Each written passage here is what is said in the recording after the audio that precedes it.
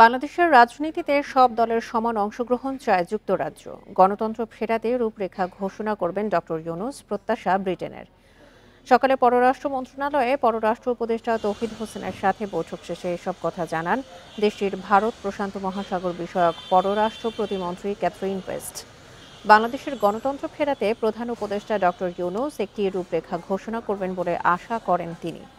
এর আগে সকাল 10টা থেকে প্রায় 1 ঘণ্টা ধরে চলে বৈঠক করেন পররাষ্ট্র উপদেষ্টার সাথে। অন্তর্বর্তী সরকার দায়িত্ব নেওয়ার পর যুক্তরাজ্যের কোনো মন্ত্রীর এটাই প্রথম বাংলাদেশ সফরে প্রধান উপদেষ্টা ডক্টর মোহাম্মদ ইউনূসের সাথেও সাক্ষাৎ করার কথা রয়েছে ব্রিটিশ প্রতিমন্ত্রী ক্যাথরিন ওয়েস্টের।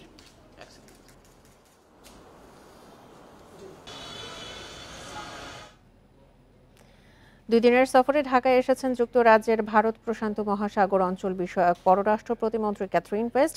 সকালে পররাষ্ট্র মন্ত্রণালয়ে যোগ দিয়েছেন বৈঠকে। এ নিয়ে আরও জানাতে যোগ দিচ্ছেন আমাদের সহকর্মী নাফিজা দৌলা। এখন পর্যন্ত এই বৈঠকের আলোচ্যসূচি কি রয়েছে, আর সবশেষ কি তথ্য আছে আপনার কাছে এই বৈঠক নিয়ে?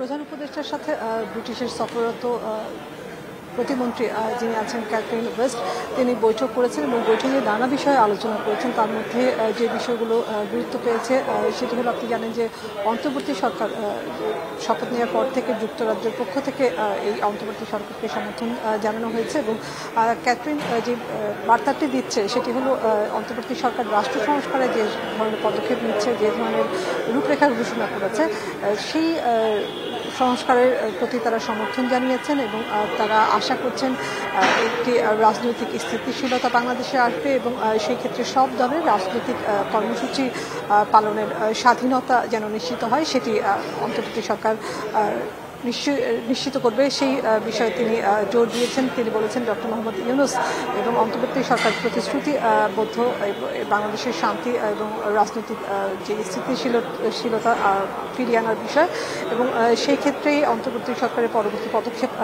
আশা করে ব্রিটিশ সরকার। এবং একই সাথে জানানো হয়েছে এই মুহূর্তে আপনি জানেন কক্সবাজারের রোহিঙ্গা শরণার্থীদের যে বোঝা বাংলাদেশ বয়ে যাচ্ছে 2017 সালের পর থেকে, সেটির বিষয়ে তিনি যেহেতু ইন্দো প্যাসিফিক অঞ্চলের মন্ত্রী যুক্তরাজ্যের, সেই ক্ষেত্রে তিনি সেই বিষয়টির উপরে জোর দিয়েছেন এবং বলেছেন রোহিঙ্গাদের সহায়তার ক্ষেত্রে ব্রিটিশ সরকারের পক্ষ থেকে আরেকটি তহবিল তিনি ডিক্লেয়ার করেছেন। এবং একই সাথে আজকে কিন্তু প্রধান উপদেষ্টার বৈঠকের পাশাপাশি ব্রিটিশ প্রতিমন্ত্রী তিনি বিভিন্ন ছাত্র নেতা এবং সুশীল ব্যক্তিদের সাথেও মত বিনিময় করবেন বলে আমরা জানতে পেরেছি। এবং তিনি কিন্তু দুদিনের সফরে শনিবারে এসেছেন এবং আজকে বিকাল নাগাদ তিনি ঢাকা ছাড়ার কথা রয়েছে। পররাষ্ট্র মন্ত্রণালয় থেকে সবশেষ তথ্য নিয়ে জানাচ্ছিলেন আমাদের সহকর্মী নাফিজা দৌলা।